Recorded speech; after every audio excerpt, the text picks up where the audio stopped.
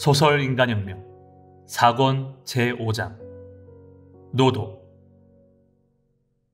1950년 8월 22일은 그해 여름 중 가장 무더운 날이었다. 도쿄의 오후는 기온이 34.2도까지 올랐다. 그래도 저녁 무렵 해가 기울고 거리의 지붕 저편이 저녁노래 물들면서 상쾌한 바람이 불기 시작했다. 황혼이 들이오는 정감 어린 경치는 가을이 다가왔음을 알리고 있었다. 사람들이 겨우 숨을 돌리고는 길 모퉁이에서 바람을 쐬며 즐기는 모습도 보였다. 일본 정확관 2층도 차츰 한낮의 더위가 가시고 열린 창으로 시원한 바람이 불어왔다. 하지만 밝은 전등 아래 모인 직원들의 얼굴은 침통하고 어두웠다. 도다 조세이를 둘러싸고 열린 전체 회의였다. 지금 직원들은 내일 23일부터 신용조합의 업무가 중지된다는 취지의 이야기를 오쿠무라 부장에게서 듣고 있던 참이었다. 이런 사태를 예기치 못한 것은 아니었다. 그러나 한 가닥 희망을 안고 지난 수개월 동안 분투해왔건만 끝내 여기까지 오고 말았다. 누구나 말할 수 없는 절망감에 휩싸였다.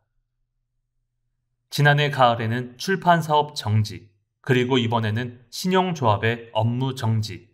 이렇게 거듭되는 좌절에 직원들은 심각하게 동요하지 않을 수 없었다. 그들은 도다의 얼굴을 슬쩍 보았다. 호방한 도다도 비통아리만큼 초췌한 모습이 역력했다. 평소의 그 미소가 얼굴에서 사라졌다. 그러한 마음 때문인지 입을 굳게 다문 채 두터운 안경 너머로 쓸쓸한 눈빛이 빛났다. 도다는 얼굴을 들고 약간 쉰 목소리로 말을 음미하듯 또박또박 말하기 시작했다. 지금 보고를 들은 바와 같이 도코건설 신용조합은 내일부터 폐쇄할 수밖에 없게 되었다. 참으로 유감스러운 일이다. 최선을 다해 일해준 여러분도 틀림없이 안타까운 심정이라 생각한다. 여러분에게는 책임이 없다. 어디까지나 이 도다에게 있다. 어려울 때 이 도다를 위해 여러분은 최선을 다해 주었다. 다시 한번 감사를 표하네. 도다는 가볍게 고개를 숙였다. 한 여직원이 손수건을 급히 눈으로 가져갔다. 북받치는 만감이 한 사람 한 사람의 가슴속에서 울렁거렸다. 그들은 그 만감을 누르고 참고 있었다. 이때 만약 누군가 흑 하고 울기라도 했다면 차라리 도움이 되었을지도 모른다. 하지만 그런 여유가 용납되지 않을 만큼 긴박한 공기가 일본 정확관 2층을 지배했다. 눈물이란 아직 마음에 여유가 있을 때 나오는 모양이다. 지금 이 자리에 있는 사람들은 그런 여유 있는 투쟁을 해온 것이 아니었다. 떠날 사람은 떠나고 남은 사람은 도다를 믿으며 있는 힘을 다해 노력했지만 일이 여기에 이르고 말았다. 싸움에 후회는 없었지만 패배한 사실에 끝없는 울분이 치밀어 올랐다. 침통해하는 도다의 시선을 피해 모두 그저 귀를 기울였다. 지금 나는 경제전에서 패배했지만 이 세상에 패배한 것은 결코 아니다. 진심으로는 조금도 패하지 않았다. 이 5척의 몸을 광선유포라는 대원에 내던질 각오는 지금도 그리고 앞으로도 미동조차 하지 않는다는 사실을 믿어도 좋다. 대성인 불법이 패하지 않는 한 도다는 신심해서 절대로 패하지 않는다. 사무실의 벽시계는 오후 8시 30분을 가리켰다. 도다는 계속해서 이야기했다. 신심이 패하지 않는다면 설령 지옥 같은 괴로움에 떨어져도 대성인께서 반드시 구제의 손길을 내밀어 줄 것이 틀림없다. 지금 나는 대성인님의 질타를 받고 있는 것이겠지. 불법의 세계에 의미 없는 일은 있을 수 없다. 여러분에게는 미안하지만 나는 고마운 일이라고 생각한다. 듣고 있는 직원 가운데 도다의 말을 이해할 수 있는 사람은 많지 않았다. 다만 뜻있는 직원은 누구도 깨닫지 못한 도다의 고충을 조금이나마 엿본 듯하여 오히려 흔들리지 않는 신심의 등불을 타오르게 했다. 그 이유는 사업이 좌절된 속에서도 오히려 대성인의 질타를 온몸으로 받으며 투쟁하는 도다의 모습을 절실히 느꼈기 때문이다. 도대체 왜 일이 이 지경까지 이르렀는지 생각도 많이 했다. 반성도 했다. 처음에는 몰랐지만 이제 확실히 알게 됐다. 지금 그것을 여러분에게 말할 때가 아니라서 말하지 않겠지만 감사하게도 불법이란 참으로 엄하다. 바로 이 엄격함이 있기 때문에 이 세상의 어떠한 불행도 구제할 수 있는 것이다. 결국 나는 신심해서 절대로 패하지 않았다는 사실을 겨우 배운 듯하다. 물론 지금 나는 괴롭다. 이런 일을 당하고도 아무렇지 않다면 거짓말이겠지. 여기까지 함께 고생해준 여러분을 생각하면 가슴이 찢어질 것만 같다. 많은 예금자나 출자자에게 폐를 끼칠 수밖에 없게 된 일을 생각하면 참으로 괴롭다. 그러나 그 모든 것을 내 한 몸에 받으며 일어서겠노라고 결심했다. 지금보다도 더 괴롭고 고통스러운 싸움이 되겠지만 나는 결코 비겁한 짓은 하고 싶지 않다. 몇 년이 걸릴지 알 수 없지만 나는 반드시 빚은 다 갚겠다. 도다는 진지한 심정을 말하고 모두에게 시선을 쏟았다. 직원들은 진지한 표정으로 도다의 얼굴을 응시했다. 지금부터 청산 업무에 들어가는 셈이지만 내 결의를 양해해 주기 바란다. 그리 간단하게 청산할 수는 없겠지. 지금보다 더한 노력과 성의로 투쟁할 따름이다. 다시 여러분에게 수고를 끼친다고 생각하니 참으로 괴로운 심정이다. 그러나 이런 때일수록 아무쪼록 열심히 해주기 바란다. 청산 업무는 고생만 많고 공은 적은 일이다.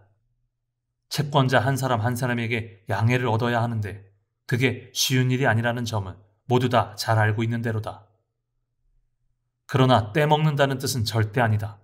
다만 잠시 기다려주지 않으면 지금은 어쩔 도리가 없다는 것이다. 근본 정신은 이것밖에 없다. 이렇게 되면 그래도 나를 신용해 줄 것이냐 아니냐에 달린 셈이다.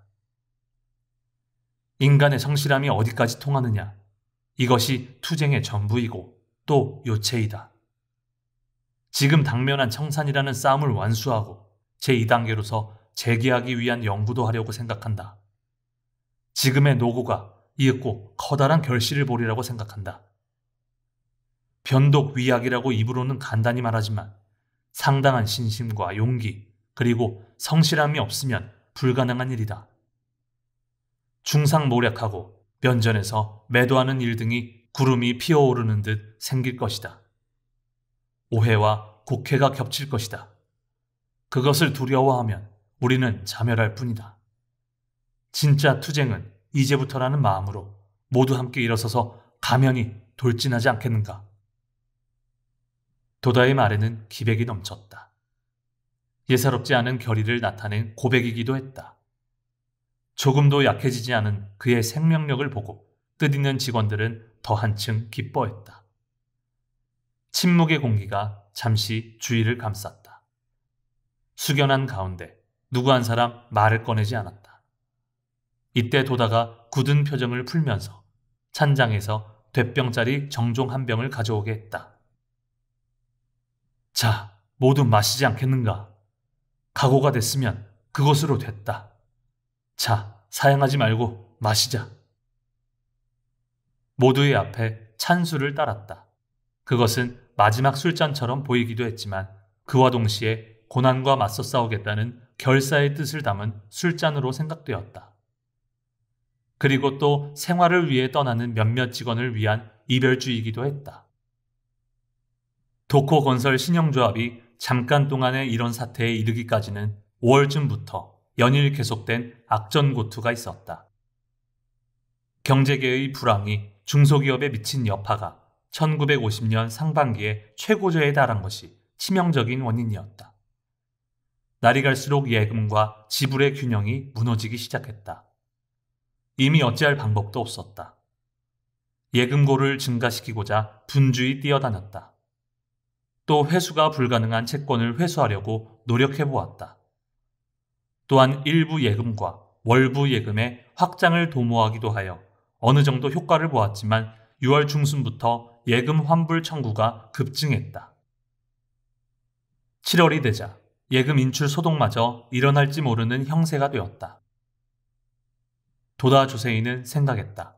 그리고 임원회를 소집해 예금고를 증대시킬 수 있는 방도도 검토했다. 그러나 누구 한 사람 도다와 함께 고충을 나누려고 하지 않았다.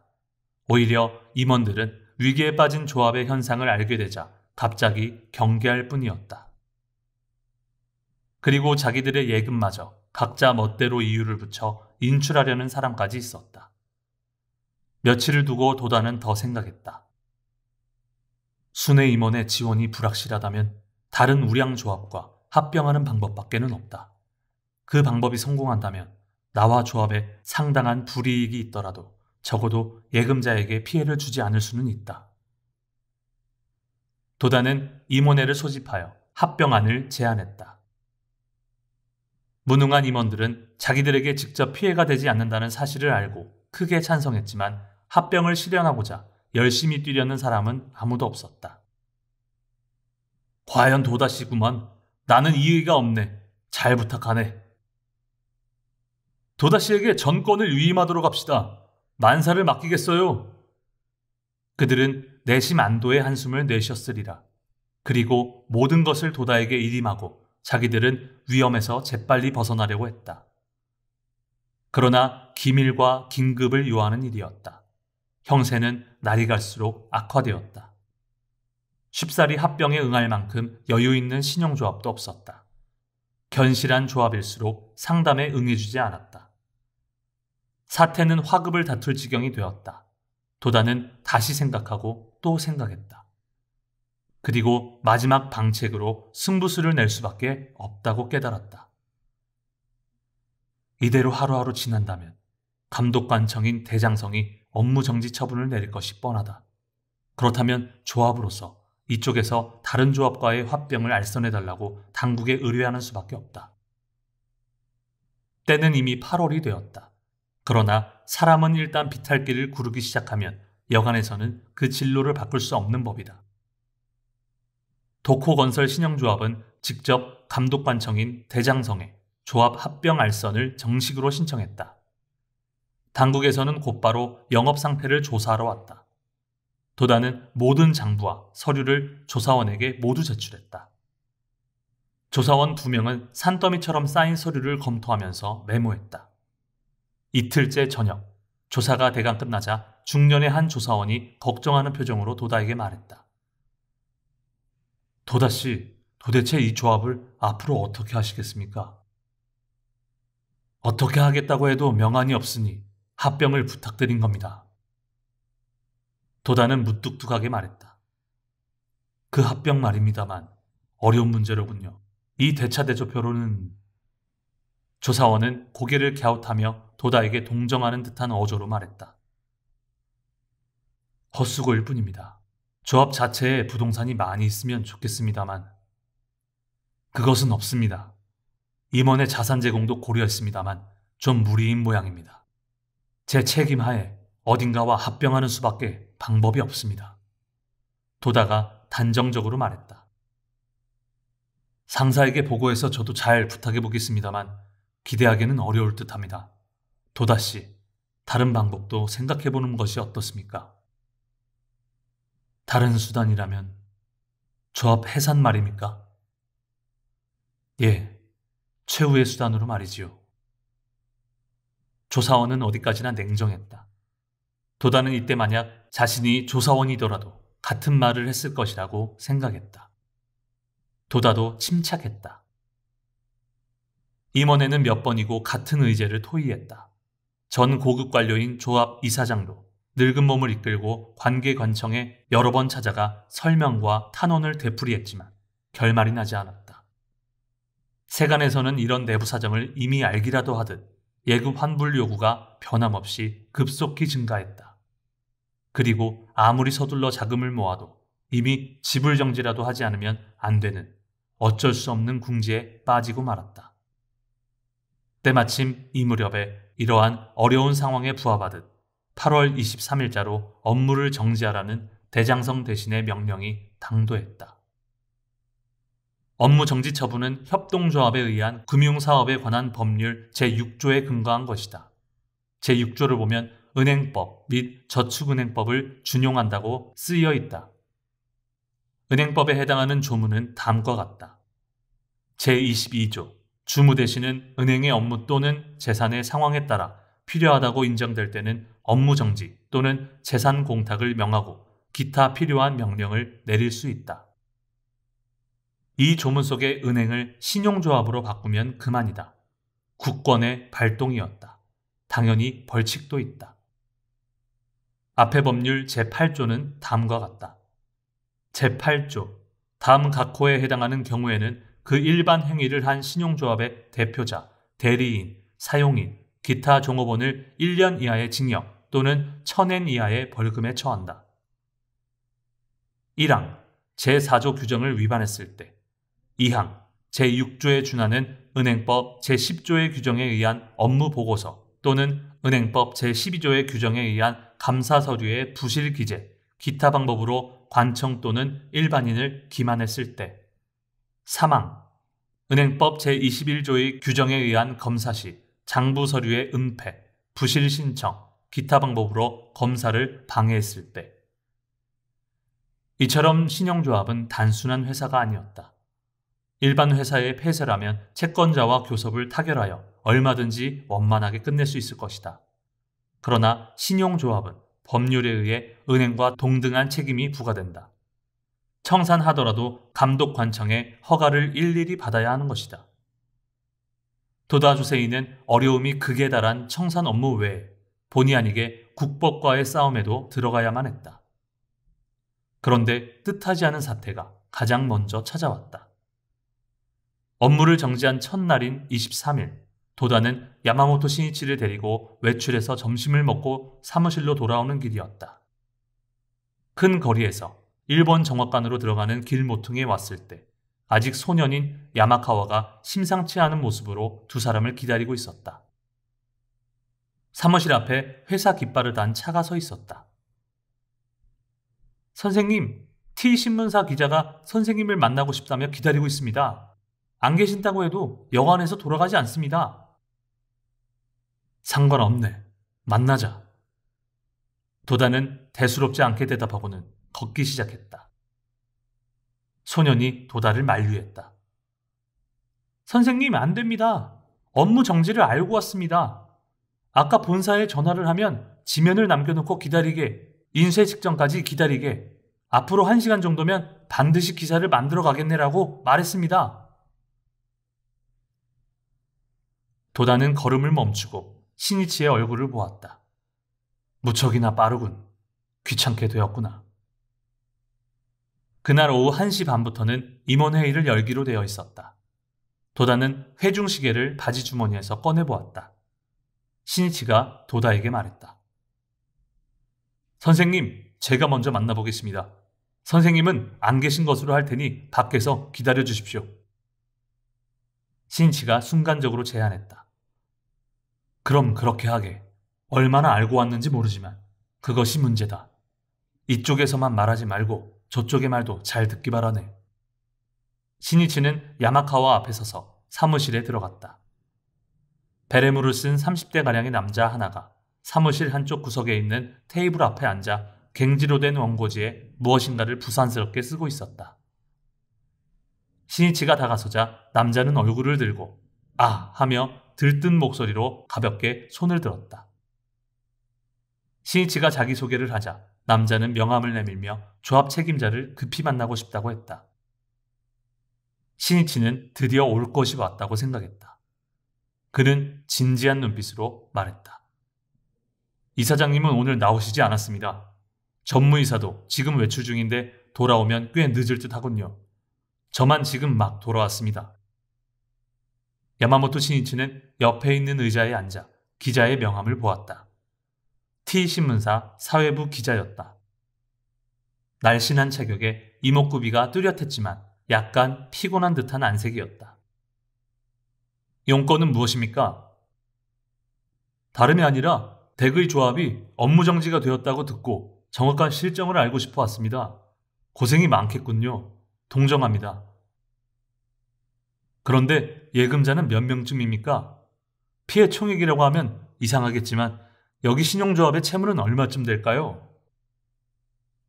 신이치는 기자로서 핵심을 찌르는 질문에 감탄하고 말았다. 지도나 사람과 대화하는 방법에 요, 약, 광이라는 방정식을 분별하고 있다고 생각했다. 대화할 때는 긴급하면 요점을, 시간이 허용하면 개요를, 더욱 많은 설명이 필요하면 넓고 상세하게 해야 한다고 도다가 자주 지도한 일이 생각났기 때문이다. 어쨌든 기자는 초조해했다. 마감 시간 때문인지 안절부절 못했다. 신이치는 시간을 벌어 충분히 대화할 필요가 있다고 생각했다. 어쨌든 문제는 문제이다. 글쎄요. 상당한 금액이 되리라고 생각하지만 아무튼 얼마 되지 않은 일이라 정확한 내용을 전혀 모릅니다. 그야 그럴 테지요. 기자는 잠옷 잘 이해할 수 있다는 듯 혼자 고개를 끄덕이며 계속 말했다. 정확히라도 알 수 있다면 좋겠지만 어림잡아서라도 좋습니다. 대략적인 짐작으로라도 가르쳐 주시지요. 짐작을 못하는 것은 아니지만 자세한 내용은 전무이사가 아니면 모릅니다. 정확한 내용은 나중에 엿듣기로 하고 지금은 정확하지 않아도 그다지 벗어나지 않는 숫자라면 좋습니다. 그렇지만 신문 보도는 정확성이 생명 아닙니까? 진지한 신이치의 말에 기자는 눈을 껌뻑거리더니 또 시계를 보면서 말했다. 그건 그렇지만 정확한 보도가 생명입니다. 그러나 지금 바로 마감 시간에 맞추지 못하면 대충 짐작으로라도 써야 합니다. 어쨌든 시간에 쫓기는 일이니까요. 어떻습니까? 나쁘게는 쓰지 않겠습니다. 그렇게 부탁드리고 싶군요. 댁은 무척 빠르시군요. 다른 신문사는 아직 아무도 보이지 않던데. 뱀이 다니는 길은 뱀만이 안다고나 할까요? 우연히 알았습니다. 다른 신문사 기자들은 전혀 눈치채지 못하고 있죠. 당신만의 특종이군요. 두 사람의 대화는 이런 식으로 진행되고 시간은 시시각각 지나고 있었다. 득의양양해진 기자는 빠른 정보의 전말을 이야기하기 시작했다. 신이치는 맞장구를 치면서 이야기를 듣고 있었다. 기자는 지금까지의 몇몇 특종 기사를 일찍이 신문기사 지방생이던 신이치에게 열정적으로 이야기했다. 그리고 문득 시계를 보았을 때 인쇄 시간이 이미 임박했음을 알았다. 아, 오늘은 틀렸군. 잠시 전화 좀 빌리겠습니다. 기자는 신문사에 전화를 걸어 기사를 보낼 수 없다고 알리고는 실망한 모습으로 자리에 돌아왔다. 신이치는 내심 안도하면서 이제 어떻게 하면 좋을지 생각했다. 야마모토 씨, 내일은 어떻습니까? 나도 적당한 기사는 쓰기 싫고 게다가 전무이사님에게 정확히 듣고 싶습니다. 그 말은 위협으로도 욕으로도 받아들일 수 있는 느낌으로 들렸다. 신이치는 이때 어쨌든 성의를 갖고 대하자고 결심했다. 아니, 그 자세가 바로 신이치의 모든 것이었는지도 모른다. 우리도 적당하게 기사가 나가면 곤란합니다. 조합 관계자에게는 절대로 폐를 끼치지 않을 자신이 있습니다. 그래서 지금 한창 진지하게 대책을 강구하고 있습니다. 그런데 신문기사의 영향으로 엉망진창이 될까 가장 걱정입니다. 정확한 실태를 파악한 뒤에 보도하는 것은 어쩔 수 없습니다. 우리의 성심성의를 반대로 왜곡되면 곤란합니다. 그 점을 당신이 알아주신다면 정확한 자료와 올바른 실태를 말하겠습니다. 그러면 세간의 잘못된 소문을 막을 수 있다고 생각합니다. 그래요, 그래. 하지만 다른 신문사에는 조용히 해주세요. 알겠습니다. 그 대신 정확한 자료에 근거한 보도를 약속해 주십시오. 그 점은 안심하십시오. 나도 사회 정의를 위해 사는 기자라고 자부하고 있습니다. 신의를 깨트리는 짓은 하지 않겠습니다. 기자는 꽤 스스럼 없이 대하는 듯 했다. 이것으로 특종을 손에 넣었다고 내심으로는 웃고 있는지도 모른다. 신이치는 이것으로 겨우 터무니없는 보도만은 막을 수 있게 되었다고 생각했다. 이곳 사무실은 남의 눈에 띄기 쉬우니 이튿날 오전 11시에 도라노문에 있는 찻집에서 도다와 함께 회견하기로 약속했다. 그래도 기자는 여간에서는 일어서지 않는 집요함을 보였다. 드나드는 사람의 동정이나 전화에 귀를 기울이는 등 직업의식을 발휘하여 시치미를 떼며 신경을 곤두세우고 있음을 신이치는 충분히 느낄 수 있었다. 신이치는 신용조합의 처음 설립 과정부터 도다 조세이라는 경애해야 할 인물에 이르기까지 진지하게 이야기했다. 기자는 비상한 호기심을 품고 돌아갔다. 이튿날 24일 오전 10시 50분쯤 도다 조세이와 야마모토 신이치는 T신문사 기자와 도라노몬에 있는 찻집의 어둑어둑한 구석자리에서 회견했다. 오전이라 손님은 거의 없었다. 기자는 신이치가 가져온 자료를 자세히 보면서 두세 가지 질문을 했다. 도다는 침착하고 여유가 있었으며 조금도 주눅들지 않았다. 진실의 강함이 기자의 마음을 움직인 듯했다. 마지막에 기자가 말했다.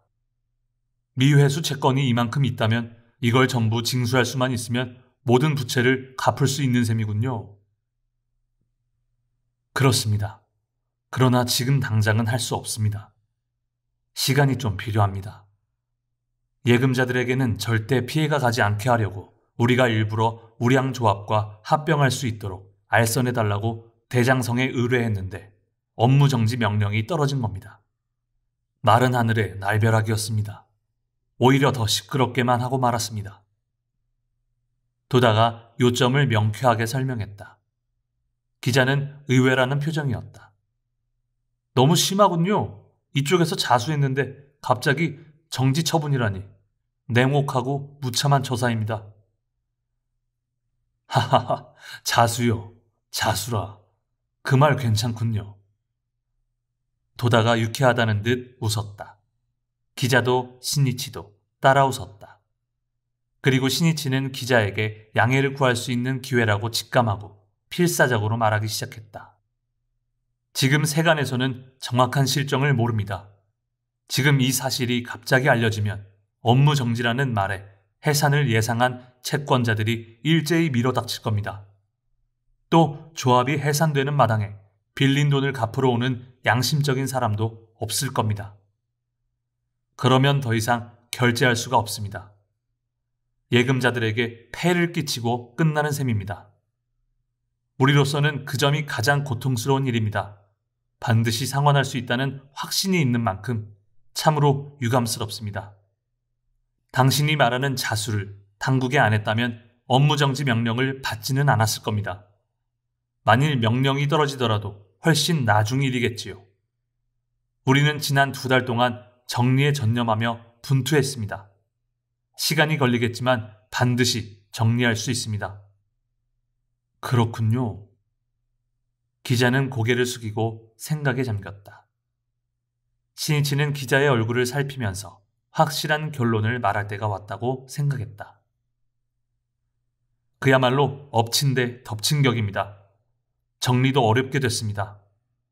신문 보도의 자유를 막을 생각은 없지만 지금 이 상태에서 신문에 보도된다면 우리의 고생은 단번에 수포로 돌아가고 맙니다. 채권자는 밀어닥치고 또 채무자는 마침 잘 됐다며 빌린 돈을 갚지 않을 것입니다. 양해를 얻으려는 노력은 전혀 불가능해지고 조합은 악질 조합이라며 손가락질 당하며 영원히 매장될 것입니다. 이것이 보통 회사라면 또 모르겠지만 금융기관이기 때문에 더욱 난처한 일입니다. 이러한 사정이 2, 3개월 뒤에 신문에 실린다면 정리도 대충 끝날 테고 조합도 그리 큰 타격을 입지 않고 끝날 것입니다만 신이치의 자존심은 탄원하는 것을 용서치 않았다.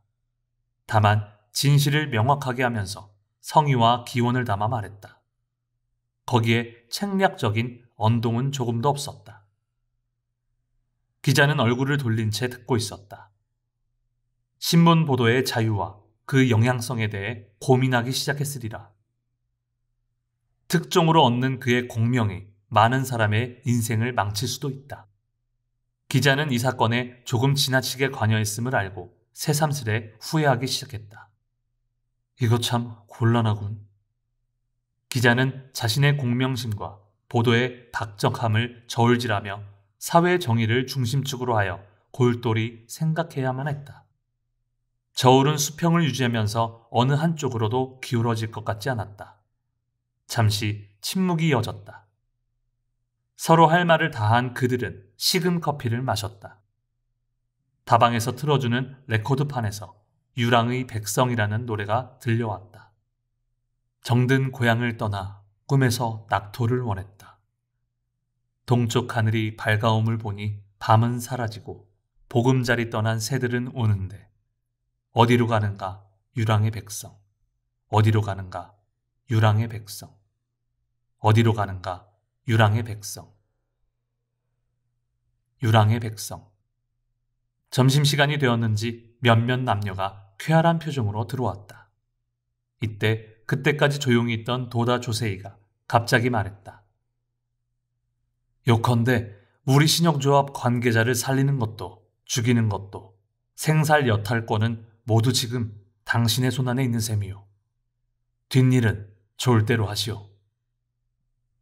신이치는 도다의 강함에 눈을 빛내며 기자를 보았다. 기자는 이마에 주름을 모은 채 고개를 숙이고 있다가 갑자기 얼굴을 들고 마음을 정한 듯이 말했다. 알겠습니다. 좋습니다. 기다리겠습니다. 형편이 안정되면 연락해 주십시오. 뉴스의 가치는 완전히 없어지지만 별 도리가 없군요. 신이치는 서류를 정리하면서 기자에게 웃으며 말했다. 잘 부탁합니다. 이것으로 조합도 책임을 완수할 수 있게 되었습니다. 반드시 완수하겠습니다. 그렇지만 아깝군요. 좋은 특종감이었는데. 기자는 미련을 남기며 가볍게 웃었다. 신이치가 도다를 바라보니 도다는 천장을 보며 팔짱을 끼고 무엇인가 생각하는 듯했다.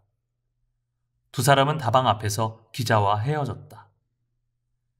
신이치가 차를 잡으려 하자 도다가 제지했다. 아니, 잠깐 걷자. 두 사람은 히비야 공원 쪽으로 걷기 시작했다. 하늘은 잔뜩 찌푸렸고 바람이 세차게 불었다. 가로수 잎이 하나 둘 떨어져 흩날렸다. 두 사람은 걸으면서 이제 어려움 하나가 지나갔다고 생각했다. 그때 도다는 신이치를 돌아보며 절실히 말했다. 신이치, 신문이라는 것은 지금 사회에서는 상상 이상의 힘을 갖고 있다. 귀찮다면 귀찮은 존재지만 신문사를 보유한다는 것은 참으로 굉장한 힘을 갖는 일이다. 학회에도 언젠가는 가능한 빠른 기회에 신문사를 보유해야 한다. 신이치, 잘 생각해 두게나. 신이치도 신문의 힘을 알고 있었지만 학회의 신문까지는 생각하지 못했다.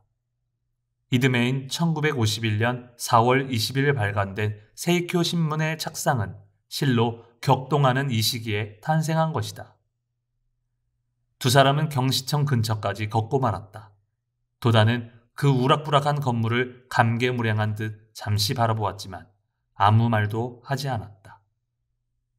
7년 전 군부정부로부터 탄압을 받던 1943년의 더운 여름, 은사 마키구치 스네사부로와 도다는 저 건물 유치장에서 자유를 박탈당했다. 분명 도다의 뇌리에는 7년의 세월과 마키구치의 모습이 주마등처럼 스쳐 지나갔으리라. 신이치는 택시를 잡았다. 도다는 택시 안에서도 침묵을 지키며 무엇인가를 생각하는 듯했다. 회사에 돌아와서도 사무실을 지나 2층 방으로 들어간 채 모습을 보이지 않았다. 그 방에는 예전의 일본 정확관 편집 책임자이자 학회의 이사인 미시마 요시조가 기다리고 있었다. 저녁 무렵에 방으로 식사를 나르고 사무실로 돌아온 여직원은 도다와 미시마가 테이블을 사이에 두고 심각한 모습으로 이야기하고 있다고 작은 목소리로 전했다. 이날 저녁 6시부터 2층 방에서 법화경 강의가 있을 예정이었다. 오후 6시를 전후로 많은 청년 남녀를 비롯해 원기왕성한 학회원들이 서둘러 달려왔다. 땀 냄새와 열기가 방 안에 가득했지만 그것도 참석자에게는 발랄한 활기로 느껴졌다. 서로 인사를 나누기도 하고 즐거운 듯 농담을 주고받기도 하고 소리내어 그날의 교재를 읽는 사람도 있었다. 아래층에 가라앉은 분위기와는 완전히 대조를 이루고 있었다. 이윽고 도다는 미시마를 데리고 모습을 나타냈다. 그리고 여느 때처럼 법화경 강의를 시작했다. 독창적이고 명석한, 게다가 유쾌한 도다의 강의는 아무런 변화나 동요의 그림자조차 없이 진행되었다. 환희 찬 수강자들의 얼굴은 반짝반짝 빛나고 눈동자도 생기가 넘쳤다. 평상시의 법화경 강의와 전혀 다름없는 광경이었다. 오후 8시, 강의가 끝났다. 그런데 도다가 갑자기 격식을 차리며 힘주어 말하기 시작했다. 오늘 밤은 여러분에게 긴히 하고 싶은 말이 있습니다. 교재와 노트를 정리하던 사람들은 급히 손을 멈추고 도다를 보았다. 여러분과는 아무런 관계없는 개인적인 일인데 실은 신용조합이 어제 날짜로 업무를 정지했습니다. 나는 모든 것을 짊어진 책임자입니다. 그래서 이 성가신 문제의 결말을 낼 수밖에 없게 되었습니다. 학회와는 전혀 관계없는 일이지만 나로서는 쉽지 않은 일입니다. 그래서 심사숙고한 끝에 뜻하는 바가 있어 오늘부터 이사장직을 사임하기로 했습니다. 순간 사람들은 자기 귀를 의심했다. 청천벽력이었다. 그리고 잘못 들은 것이 아님을 알고는 눈을 크게 뜨고 가만히 도다를 주시했다. 그래서 이사장은 미시마 요시조군으로 바뀌게 되었습니다. 여러분은 지금까지 미흡한 내게 절대적인 지원을 해주었지만 마찬가지로 새 이사장을 변함없이 지원했으면 합니다. 나는 뜻하는 바가 있어 이사장을 사임하지만 신심을 그만두는 것은 결코 아닙니다. 광선유포라는 대업에 몸을 던지겠다는 결의는 조금도 변함이 없습니다. 바로 이 결의가 있기에 지금은 고뇌의 한복판으로 돌입해야만 하는 것입니다.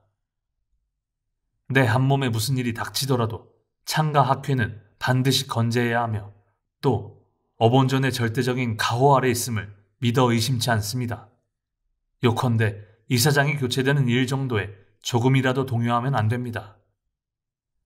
만약 이 점을 미심쩍게 생각하여 비판하고 책동하는 자가 있다면 그 소업은 스스로를 불적으로 만드는 꼴이 됩니다. 부디 잘못 이해하는 일이 없기를 바랍니다. 나도 마음 깊이 기하는 바가 있습니다. 앞으로는 신임 이사장 아래 이체동심으로 굳게 단결하여 매진하기를 간절히 바랍니다. 그러면 신임 이사장인 미시마군에게 인사를 부탁하겠습니다. 긴장된 도다의 얼굴이 약간 창백하게 보였다.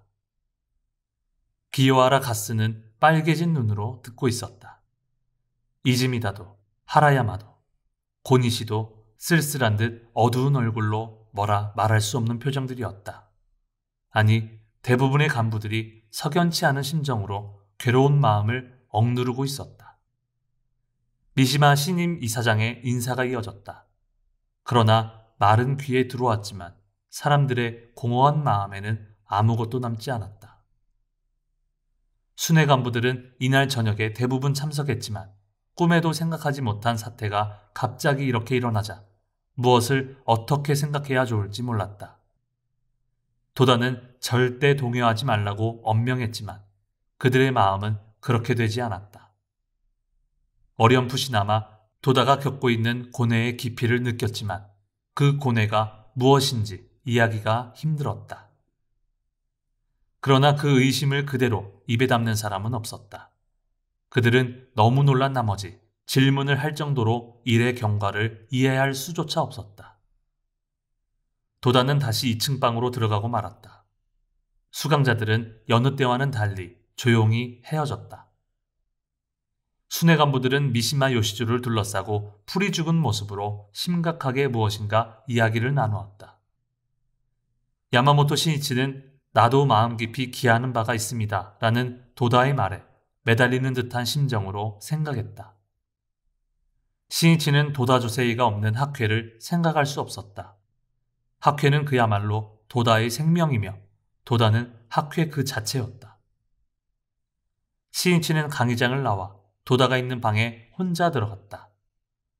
도다는 책상 위에 손으로 턱을 괴고 무엇인가 생각하는 듯 했다. 도다는 침울하고 활기가 없는 신이치 모습을 보고 웃음을 지며 물었다. 무슨 일인가? 신이치는 순간 말이 나오지 않았다.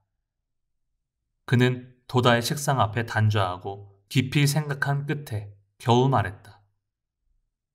선생님. 눈에는 눈물이 가득했다. 왜 그런가? 선생님, 이번에 미시마 씨가 이사장이 되면 제 스승은 미시마 씨가 되는 것입니까? 아니, 그렇지 않다. 고생만 시키는 스승이지만 자네 스승은 나다. 도다에게서 명확한 답이 돌아왔다. 신이치는 그 한마디를 전 생명으로 알고 싶었고 그 대답을 듣고 싶었다. 그의 온몸에는 이루 말할 수 없는 희열이 용솟음쳤다. 그야말로 그것은 노도가 휘몰아치는 어두운 대해에서 참으로 환하게 보이는 등대의 불빛이고 뜨거운 사막에서 샘을 발견하고는 소생하는 느낌이었다. 이것으로 됐다. 신용조합이 무너져도 또 선생님이 이사장을 그만둬도 나와 선생님과의 사제라는 하나의 선이 흐트러지지 않는다면 무슨 일이 일어나더라도 상관없다. 그러나 이 심정을 말로는 표현할 수 없었다. 신이치는 확 밝아진 얼굴로 도다를 바라보며 아무 말이 없었다. 도다의 표정에도 걱정은 벌써 사라졌지만 눈에는 눈물이 빛났다. 신이치, 왜 그런가? 아닙니다, 선생님. 괜찮습니다. 무엇이 괜찮은지 표현할 수 없지만 기쁨이 그를 엄습했다. 선생님, 그럼 쉬십시오. 신이치는 급히 자리에서 일어나 인사를 하고는 아래층으로 내려갔다. 그리고 다 떨어진 구두를 신고 홀로 밖을 나섰다. 신이치는 가벼운 발걸음으로 밤거리를 활기차게 걸었다. 그리고 자기가 좋아하는 황성의 달 노래를 휘파람으로 불었다. 신이치는 언제까지고 마음속으로 수긍했다. 내 생의 스승은 선생님이시다. 도다 선생님이시다. 그것으로 됐다.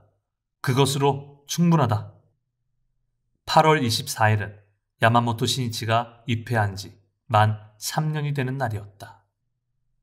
그렇지만 학회원에게 도다 이사장의 사임은 참으로 갑작스러웠다. 도다는 만일을 위해 이사장 사임을 생각하고 있었다.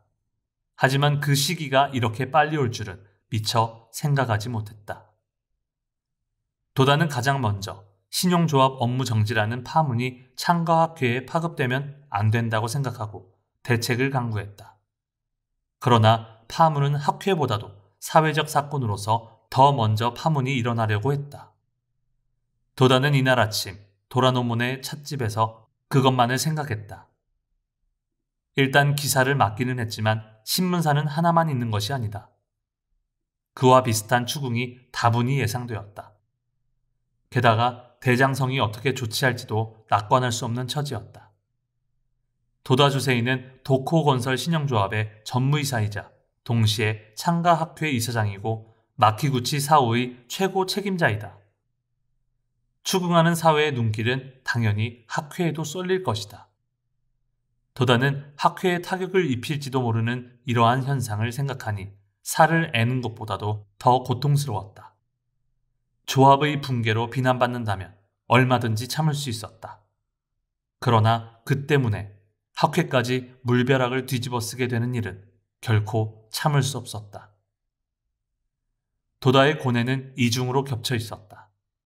그는 지금 노도의 한복판에 있음을 알았다. 이 노도를 헤엄쳐 나가 타고 넘어야만 한다. 노도에 휩쓸리고 만다면 모든 것이 패배이고 아무것도 남지 않는다. 도다는 혼신을 다해 용기를 불러일으켰다.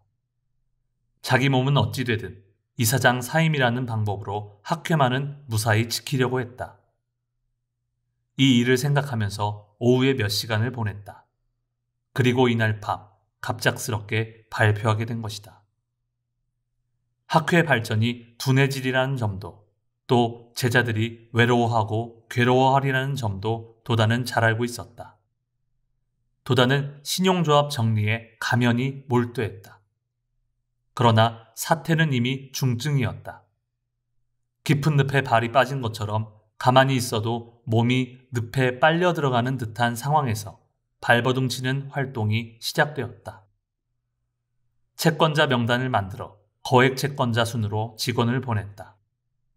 그러나 한 번 방문해서 양해를 얻을 수 있는 일이 아니었다. 도다는 보고를 받으면 그에 따라 곧바로 다음 지시를 내렸다. 직원들은 질타와 격려를 받고 다시 회사를 나섰지만 지칠 대로 지쳐서 돌아왔다.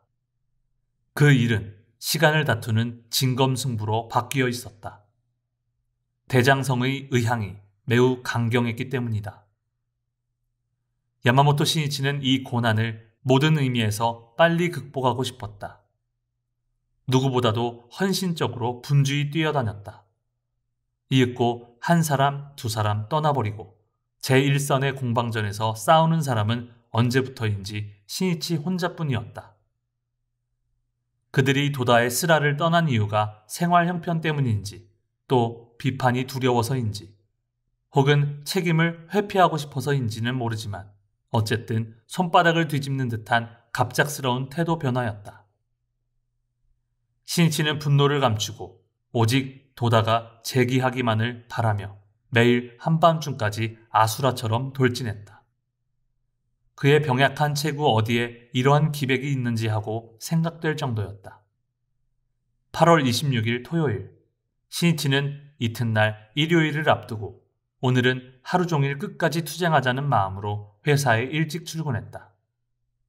신이치는 3집, 5집, 10집을 체력이 되는 데까지 돌고 또 돌면서 오로지 사태를 방어하고자 애썼다. 그런데 피로 때문인지 열이 나는 듯했다. 등이 아프고 가슴이 고통스러웠다. 신이치는 바싹 야윈 육탄이 되어 오로지 성실하게 교섭하며 움직였다. 그러나 어디를 가더라도 이야기는 꼬여만 갔다. 신이치는 강한 인내심으로 대했지만 때로는 모욕적인 말을 듣게 되면 분하기 짝이 없었다. 또 반대로 양해를 얻으려 해도 채권자의 어려운 처지를 직접 눈으로 보자 동정심이 앞서고 말아 여간에서는 용건을 말하지 못했다. 이날 교섭에도 결국 밤늦게까지 걸리고 말았다. 밤 10시가 넘어 겨우 회사에 돌아오니 아래층 사무실에는 불이 꺼져 어두웠다. 2층에 올라가자 도다 홀로 신이치가 돌아오기를 기다리고 있었다. 신이치가 놀라며 말했다. 늦었습니다. 모두 어떻게 된 것입니까? 수고했네. 모두 피곤한 것 같아 오늘은 일찍 돌려보냈네. 신이치, 오늘은 어떤가? 보고를 애타게 기다리는 도다에게 신이치는 그날의 교섭 경과를 상세히 보고했다. 도다는 업무 정지 후의 대책에 사람들이 어떻게 반응하는지 극명히 알고 싶었다. 그는 평소와는 달리 신이치에게 집요할 만큼 자세히 교섭 경위를 물었다. 두 사람은 업무 정지 명령이 정세를 더욱 악화시키리라는 점을 인정할 수밖에 없었다. 앞으로 양해를 구하는데 새로운 국면이 열리지 않으면 성공하기 어렵다는 사실을 알았다.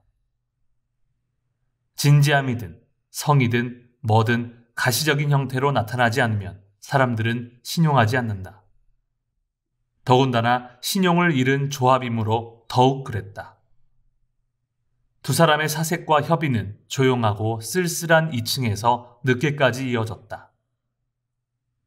신이치가 도다를 배웅하며 시로카네에 있는 도다의 집에 도착하자 이미 밤 1시가 더 되었다. 현관 초인종을 누르자 이쿠에가 뛰어나왔다. 순간 이쿠에의 얼굴에 걱정이 가득한 그림자가 어려 있었다. 도다의 등 뒤에 서 있는 신이치를 보자 굳은 표정을 풀고 신이치를 위로하듯 말을 건넸다. 이렇게 늦게까지 정말 미안해요. 신이치, 자, 올라가세. 도다도 신이치를 위로하듯 앞에 서서 2층 계단을 올라갔다. 도다는 그대로 불단 앞에 단좌했다. 근행하세.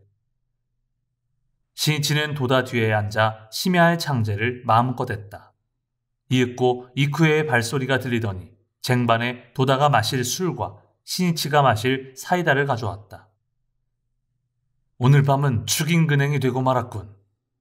도다가 살짝 웃으면서 술이 든 잔을 들었다. 이쿠에는 걱정하는 얼굴로 도다에게 물었다. 회사 쪽은 어떻게 됐나요? 이것저것 힘들구만. 너무 걱정하지 마오. 당신이 걱정해도 아무 도움도 되지 않는다오. 먼저 자도록 해요. 도다는 남의 일처럼 말하고는 신이치의 얼굴을 보면서 물었다. 어떤가 신이치? 한판 둘까? 어머나 이렇게 늦은 시간에? 내일 두세요. 이쿠에가 약간 책망하듯 말했다. 괜찮소. 당신은 자도록 해요. 내일은 내일 할 일이 있으니까. 신이치, 장기판! 신이치는 선반에서 장기판을 꺼내왔다. 도다는 아이처럼 떠들며 장기말을 깔기 시작했다. 심야에 장기를 두면서 날카로워져 있던 신이치의 마음이 어느덧 온화해지기 시작했다. 신이치는 생각했다. 조합은 무너지고 학회의 이사장도 사임했는데 선생님은 이렇게 열심히 장기판을 노려보고 계신다. 선생님의 모습을 보고 있자니 모든 고경이 거짓 같기도 하고 악몽 같기도 하다. 이것이 본래 그대로의 선생님 모습일지도 모른다. 지금 고뇌하는 매일매일의 활동도 임시의 모습일지 모른다. 어쨌든 본연의 모습만큼은 어떠한 때라도 잃지 않겠다. 도다의 유연한 태도에 눌려 딴 생각을 하던 신이치는 간단히 지고 말았다. 그것을 알고 있다는 듯 도다가 말했다. 한 판 더 두자. 두 사람은 다시 말을 깔기 시작했다. 어느새 두 사람은 장기에 빠져버렸다. 격렬한 공방전이 시작되었다. 마지막 위험한 판국에서 신이치가 이겼다. 1승 1패로 무승부였다. 자, 이제 그만 잘까? 신이치, 여기서 함께 자자. 도다는 옆방에 깔아놓은 이불 속으로 들어갔다. 신이치는 예 하고 대답을 했지만 망설였다. 신이치는 아래층으로 내려와 화장실에 들어갔다.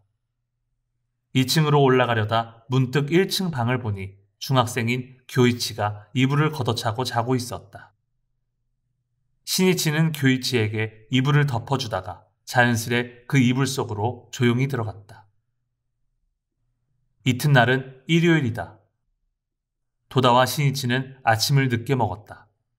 이쿠에는 여름을 타는지 헬쑥했다. 조합의 동향에 가슴이 아파했으리라. 도다는 차를 마시면서 맥없이 앉아있는 이쿠에에게 신경을 곤두세웠다. 쓸데없는 걱정은 하지 마오. 그렇게 말해도 걱정은 걱정이에요. 이쿠에는 정맥이 튀어나온 손등을 비비며 말했다. 그러니까 걱정하지 말라지 않소. 걱정도 도움될 때와 도움이 되지 않을 때가 있소. 지금은 도움이 되지 않을 때요. 몸을 망치기 쉬우니 조심하도록 해요. 사업이 한두 번 실패했다고 그것으로 인생이 끝났다고 생각하면 큰 잘못이요. 내게는 이제부터 해야 할 대사업이 있소. 오랜 세월을 살면서 감기 정도쯤은 걸릴 때도 있는 법이지. 지금까지도 여러 번 사업에 실패했지만 그때마다 다시 일어서지 않았소. 좀 더 나를 믿으시오. 그래도 젊었을 때와는 다르잖아요. 뭐라고? 늙은이 같은 소리 하지 마시오. 나는 아직 50살이라오. 하하하. 사업가로서는 무르익을 때가 아닌가. 도다는 기분이 언짢았다. 당신에게 또 고생을 시켜야 하겠구려 라고 말하고 싶었지만 의지가 굳은 도다의 성격으로는 그 말을 할 수가 없었으리라. 그러니 더욱 기분이 언짢아졌다. 도다는 신이치와 집을 나섰다. 일요일이라 전철은 한산했다. 어느새 전철 안에서는 불법 철학에 관한 질문, 문학 이야기, 정치 이야기, 그리고 필연적으로 학회의 미래에 관한 이야기까지 하게 되었다. 신이치는 이러한 노도 속에서도 한밤중에는 반드시 그날의 일들을 잊지 않고 노트에 적었다. 도다와 시니치가 니시칸타의 사무실에 도착해보니 직원들은 대장성에 제출해야 할 격리관계의 서류를 조용히 작성하고 있었다. 모든 직원에게는 마음이 어두운 일요일이었다. 그러나 시니치의 마음속만은 어젯밤부터 불사신과 같은 불길이 타오르고 있었다. 1950년 6월에 한반도에서 전쟁이 발발한 지도 이미 2달이 경과했다. 하지만 전선은 확대되고 전화는 그 불길을 더할 뿐이었다. 8월 4일에는 한반도의 군사력 증강을 위해 일본인 의용병을 미군에 징집하는 법안이 미 의회에 제출되었다. 이에 대해 메가더 국제연합 최고사령관은 8월 8일에 일본과는 아직 강화 조약을 맺지 않았으며 일본은 지금 국제관리하에 있다고 말했다. 그리고 일본인 의용병을 실현하기에는 의문이 있으므로 먼저 대일 강화를 맺는 일이 선결과제라고 표명했다. 추측컨대 일본은 연합군의 점령하에 있고 법적으로는 아직 연합국의 적국이므로 적국에서 의용병을 모집하는 일은 있을 수 없다는 것이리라. 이리하여 의용병 이야기는 없어졌지만 현실에서는 미군의 요청으로 해상보안청에 소혜정이 출동하다가 사상자가 발생하기도 하고 일본 선박이 미군을 수송하기도 했다. 어쨌든 미군의 방위기지가 된 일본은 준전투태세라고도 해야 할 방향으로 전환하게 되었다. 그리고 국내의 치안 조직을 개편하고 착실하게 전쟁 협력 체제로 이행하기 시작했다. 먼저 7월 하순 GHQ의 지시로 경제안정본부가 특수수요의 창구가 되어 국내 태세 정비를 하게 되었다. 결국 미군에 보급하는 군수물자를 긴급히 조달하기 위해 일본이 조달기관의 역할을 짊어지게 된 셈이다. 경제안정본부는 9월 1일 한국전쟁이 발발하고 2개월쯤 지난 8월 28일까지 발주된 특수물자가 144억 엔에 달한다고 발표했다. 또 1950년 말까지 특수 수요는 적어도 360억 엔에 이를 것이라고 예측했다. 인플레이션의 수습과 급속한 경제 안정화를 도모한 도지라인의 강행으로 많은 기업이 타격을 받고 경영에 애로를 겪었다. 한반도 특수는 불황의 바닥에서 헤매던 일본 경제에 느닷없이 나타난 경기 회복의 기회가 되었다. 경제인 중에는 태평양 전쟁에서는 불지 않는 가미카제가 이제야 불고 있다며 펄쩍 뛰면서 기뻐하는 사람도 있었다. 급속한 경기 회복을 표현하는 특수경기라는 신조어까지 생겼다. 특수 수요와 나란히 수출도 급속히 발전했다. 1950년의 수출 총액은 하반기 호황으로 8억 2천만 불이고 전년의 5억 1천만 불에 비해 약 60%나 증가했다. 극단적으로 침체되어 있던 각종 기업 가운데 특히 철강, 차량, 기계, 섬유, 목재 등은 갑자기 호황을 누렸고 광공업 생산 등은 1950년 10월에 이미 전쟁의 수준을 넘을 만큼 회복했다. 한반도의 전쟁이 발발한 이후 일본 경제는 미중유의 속도로 회복하고 성장했다. 이 해를 경계로 일본의 산업은 중화학공업을 중심으로 눈부시게 발전해 산업구조도 크게 전환되었다. 큰 이익을 올린 기업은 그 이익을 설비에 투자하여 근대화를 도모하고 국제경쟁력 강화를 목표로 삼았다. 민간 설비 투자 총액을 보면 1949년에 2,886억 엔이던 것이 1950년에는 3,899억 엔으로 증가하고 1951년에는 6,099억 엔으로 전년보다 1.5배 이상 급증했다. 한국전쟁으로 생긴 특수가 일본 경제를 얼마나 윤택하게 했는지를 알 수 있다. 그리고 이런 기업들이 경제 성장의 원동력이 되어 일본 경제의 기조를 이루었다. 그러나 이 경제 회복은 전쟁 때문이었다. 게다가 그 전쟁은 자국의 전쟁이 아니었다. 일본의 기업은 전쟁의 피해를 입지 않고 희생당하지도 않았다.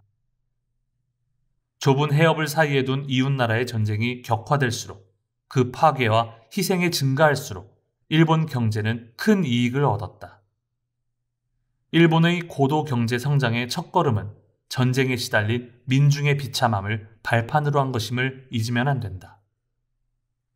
종전 후의 경제 활력이 태동하기 시작한 이 시기에 도다 조세이는 청산사무에 몰두해야만 했다.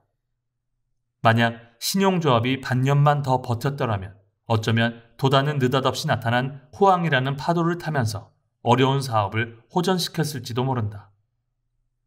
그러나 이것은 피상적인 견해에 불과하다. 도다 조세이에게는 무엇보다도 자기만이 할 수 있는 전대미문의 대사명이 있었다. 나라가 망하고 자신도 사업에 실패한 속에서 오로지 광선유포에 매진하는 사명이 그의 숙명에는 종자로서 심어져 있었다.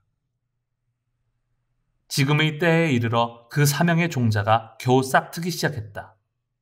어떤 장마도 이 싹을 말릴 수는 없었다. 다만 도다에게 본래의 사명을 자각하도록 촉구하고 그 각오를 세우게 하려면 사업상의 가혹한 시련이 필요했던 것이다. 도다가 경제적인 좌절로 괴로워한 것은 원겸 어업 때문이라고도 할 수 있으리라. 이 도정에서 그가 자각한 사명은 비로소 부동의 상태가 되었다. 도다 조세이의 눈에 비친 한국 전쟁은 세계 동난의 축도였다. 아시아의 작은 반도에 북한군과 유엔군이 대치하면서 뒤엉킨 유혈 참사였다. 그는 지금 이 전쟁의 비참함에서 이웃나라의 민중이 겪어야 할 도탄의 괴로움을 염려했다. 그야말로 말법 타각의 세계이다. 바로 5년 전까지만 해도 일본의 민중도 똑같은 도탄의 괴로움 속에 있었다. 도다는 지금 이 전란의 참상을 알고 전쟁에 쫓겨 우왕좌왕 떠도는 사람들의 모습이 머리에 스쳤다. 도다는 한시라도 빨리 동양에 정법을 유포해야 한다고 통감했다. 그리고 도다는 묘법의 거울에 비추어 드디어 니치렌 대성인의 불법이 동양의 광선유포를 실천하는 서상이 나타났음을 확신했다. 석존물법의 도래는 인도에서 중국 그리고 한반도를 거쳐 일본에 머물렀다. 대성인의 불법은 해는 동에서 나와서 설을 비추니 라는 말씀대로이다. 도다는 그러한 때가 오고 있음을 절실히 느꼈다.